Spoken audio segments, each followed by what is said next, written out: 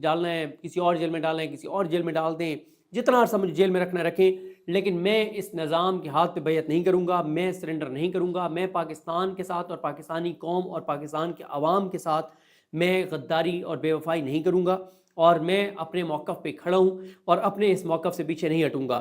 علیمہ خانم صاحب یعنی عمران خان صاحب نے یہ جو عمران خان صاحب کو ایک خوف دلایا گیا کہ آپ کو ایک ایسی جیل میں یا ایک ایسے مقام پہ شفٹ کر دیا جائے گا جہاں پہ آپ کے ساتھ مزید سختیاں بڑھائی جائیں گی, لیکن یہ چال بھی ناکام ہو گئی ہے. یہ دھمکی بھی عمران خان نے اپنے جوتے کی نوک پہ رکھی ہے, اور عمران خان نے اس دھمکی کے اوپر بھی سرنڈر کرنے سے انکار کرتے ہوئے اسی جرأت اور بہادری کے ساتھ موقف دیا ہے جس جرأت اور بہادری کے ساتھ ہر بار وہ بات کرتے ہیں. علیمہ خانم صاحب نے کہا کہ عمران خان صاحب عوامی عدالت میں ان کی بے گناہی ثابت ہو چکی ہے, اب یہ عدالتیں جو مرضی فیصلے دیتی ہیں, ان کے فیصلوں کی وقت نہیں ہے. انہوں نے کہا جو ججز دباؤ میں ہیں ان کی وجہ سے پوری عدلیہ جو ہے وہ اس وقت بدنام ہو چکی ہے. انہوں نے کہا کہ حضرت علی کا قول عمران خان بار بار دہراتے ہیں کہ کفر کا نظام تو چل سکتا ہے لیکن ظلم کا نظام جو ہے وہ نہیں چل سکتا. اور علیمہ خانم صاحب نے کہا کہ مجھے گرفتار کرنے کر لیں, اور مسئلہ عمران خان کا پیغام لانا ہے. عمران خان کا پیغام آتا رہے گا, میری بہنیں لاتی رہیں گی, اور ہمارے فیملی ممبر بھی آئیں گے, وہ لاتے رہیں گے, لیکن عمران خان کا پیغام جو ہے وہ نہیں رکے گا. آج بتایا گیا کہ علیمہ خانم صاحبہ کو انتظار کرایا گیا, لیکن بیرسٹر سیف صاحب جیسے ہی آئے تو ان کو فوری طور پہ اڈیالہ جیل کے اندر بھیج دیا گیا, ان کو انتظار نہیں کروایا گیا. اور عمران خان صاحب نے آج یہ کہا ہے کہ میں نے اپنی بہن کو اپنا پیغام دینے کی ذمہ داری اس لیے سونپی کیونکہ کوئی اور میرے بیانیے کا بوجھ نہیں اٹھا پا رہا تھا. اور عمران خان نے کہا کہ 30 سال سے میں نے 30 سال ہو گئے ہیں پارٹی کو, میں نے کبھی اپنی بہنوں کو اس میں اور اپنی فیملی کو انوالو نہیں کیا. میں نے اپنی بہن کو کوئی پولیٹیکل رول نہیں دیا, بلکہ صرف میرے پیغام وہ لے کر آتی ہیں باہر, اور وہ بھی اس لیے کہ کیونکہ میرے بیانی کا بوجھ کوئی اور نہیں اٹھا پا رہا. علیمہ خانم صاحب نے کہا کہ عمران خان ہی چیئرمین تھے, عمران خان ہی چیئرمین رہیں گے.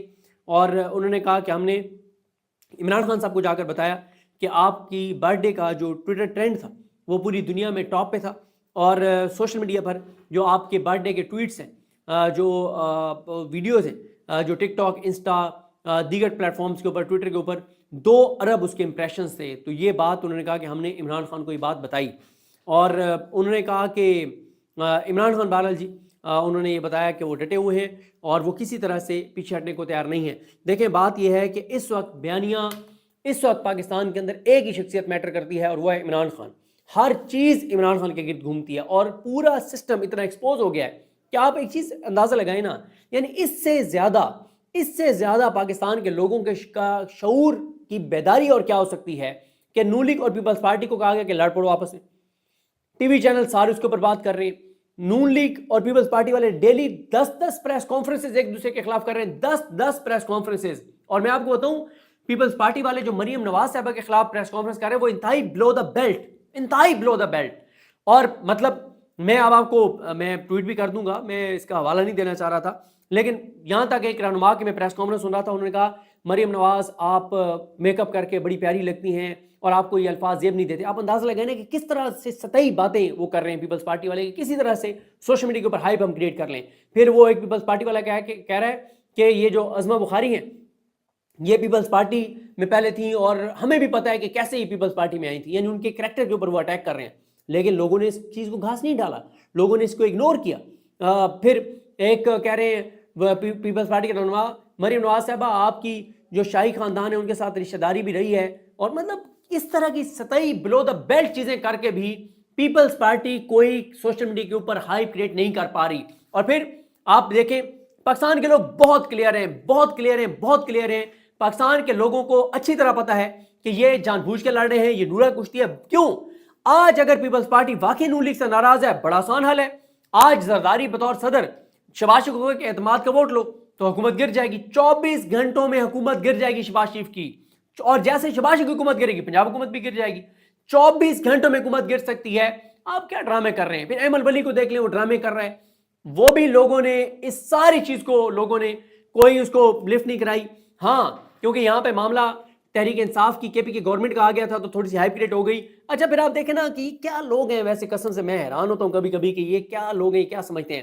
انہوں نے جب دیکھا, نون لیگ اور پیپلز پارٹی نے جب دیکھا کہ یار یہ ایمل ولی والا جو معاملہ ہے کہ ایمل ولی کے سیکورٹی لی کے پی کی حکومت نے اور وفاقی حکومت نے, تو خبری بہت آ گئی. انہوں نے یہاں پہ ڈرامہ چلوا دیا کہ جی یوسف رضا گیلانی کے بیٹوں سے پنجاب حکومت نے جو ہے وہ سیکورٹی واپس لے لی ہے. مطلب یار کو خدا کا خوف کرو, کیا لوگ ہو تم, ٹھیک ہے. اچھا پھر اسی طرح سے ایم الولی صاحب سے شراز احمد شرازی نے ایک سوال کیا، بھائی اگر ایم الولی صاحب نے جو بیان دیا فیلڈ مارشل کے خلاف، اگر وہ واقعی جینوئن بیان انہوں نے دیا ہے تو پھر سب سے پہلے تو وفاقی حکومت ان سے بنگلہ خالی کرواتی ادھر منسٹر انکلیو میں. بھائی نہ وہ وزیر ہی نہیں ہے، اور جیسے وہ سینیٹر بنے ان کو طلال چودھری بتا رہے ہیں، طلال چودھری مان رہے ہیں کہ ہم نے ان کو سینیٹر بنوایا ہے.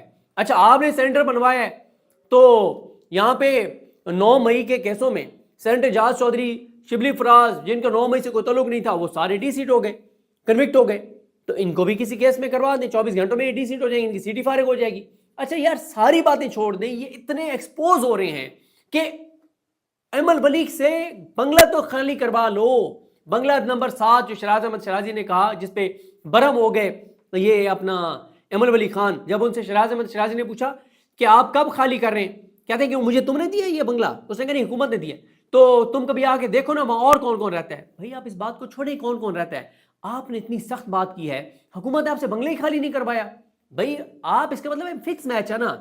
آپ دیکھ لیں نون لیگ اور پیپلز پارٹی کی فکس میچ، لوگوں نے گھاس نہیں ڈالا. ایم الولی اور طلال چودھری کی لڑائی، لوگوں نے گھاس نہیں ڈالا. اچھا ایک مذہبی جماعت کے امیر نے ایک خطاب کیا ہے، اس میں لوگوں نے انہوں نے بڑے سخت بیانات دیے ہیں، بہت سخت بیانات دیے انہوں نے اس حکومت کے خلاف، اسٹیبلشمنٹ کے خلاف. لوگوں نے کوئی اس کو گھاس نہیں ڈالا. مولانا فضل الرحمان صاحب نے حکومت کے خلاف پریس کانفرنس کی، سوشل میڈیا پہ کوئی کوریج نہیں ہے، کوئی لوگوں کو سروکار نہیں ہے کہ مولانا صاحب کیا کہہ رہے ہیں. یعنی اتنے سب ایکسپوز ہو گئے. کیوں؟ نون لیگ اور پیپلز پارٹی تو ایک ہی سکے کے دو رخ ہیں. ایم الولی نون لیگ کے اور پیپلز پارٹی کے ووٹوں سے سینیٹر بنے اور بنگلہ ملا ہوا ہے. نام لیتے تو جماعت اسلامی کوئی سیریس وہ اس حکومت کے خلاف کوئی چیز نہیں کرتی، اس لیے لوگ ان کے بیانات کو، اس حکومت اور اس نظام کے خلاف بیانات کو کوئی لوگوں نے لفٹ نہیں کروائی. ہاں ان کے جو عمران خان کے خلاف بیان ہے اس پہ ضرور پی ٹی آئی نے رسپونڈ کیا، وہ اس پہ بات ہوئی.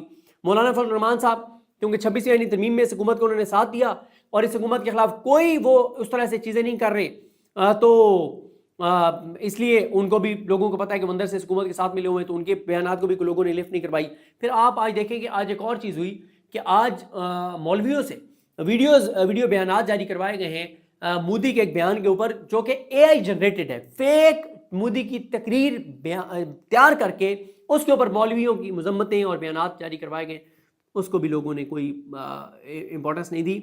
میٹر پاکستان میں ایک ہی شخص کر رہا ہے اور جس کا نام ہے عمران احمد خان نیازی. عمران خان کے گردی پورا نظام، پورا پاکستان، پورا سوشل میڈیا، ہر چیز عمران خان کے گرد گھوم کیا ہے. آج عمران خان نے کیا کہا ہے، کیا عمران خان نے نہیں کہا، عمران خان سے کون ملا، کون عمران خان سے نہیں ملا، عمران خان کی رہائی کے لیے کیا ہو رہا ہے، کیا نہیں ہو رہا ہے، عمران خان کا کیس عدالت میں لگ رہا ہے، عمران خان کا کیس نہیں لگ رہا، عمران خان کے کیس میں جج نے کیا کہا ہے، کیا نہیں کہا، عمران خان کو جیل میں رکھنے کے لیے کیا ہو رہا ہے، کیا نہیں ہو رہا. ہر چیز عمران خان کے گرد گھومتی ہے، کسی اور چیز کے لوگوں کو کوئی سروکار نہیں ہے. اور جس طرح سے میں نے آپ کو کہا ہے کہ اب یہ بتایا جا رہا ہے کہ عمران خان کو کہیں اور منتقل کیا جائے گا، لیکن عمران خان اس کے اوپر انہوں نے اپنی سوچ کلیئر کر دیا ہے کہ وہ پیچھے نہیں ہٹیں گے. اور انہوں نے اس دھمکی کو بھی انہوں نے جوتے کی نوک پہ رکھا ہے کہ وہ کہتے ہیں جہاں مجھے شفٹ کرنا ہے کرو، میں پیچھے نہیں ہٹوں گا. مجھے اپنی دعا میں یاد رکھیں. اللہ کریم ہم سب کا حامی ناصر ہو. اللہ حافظ.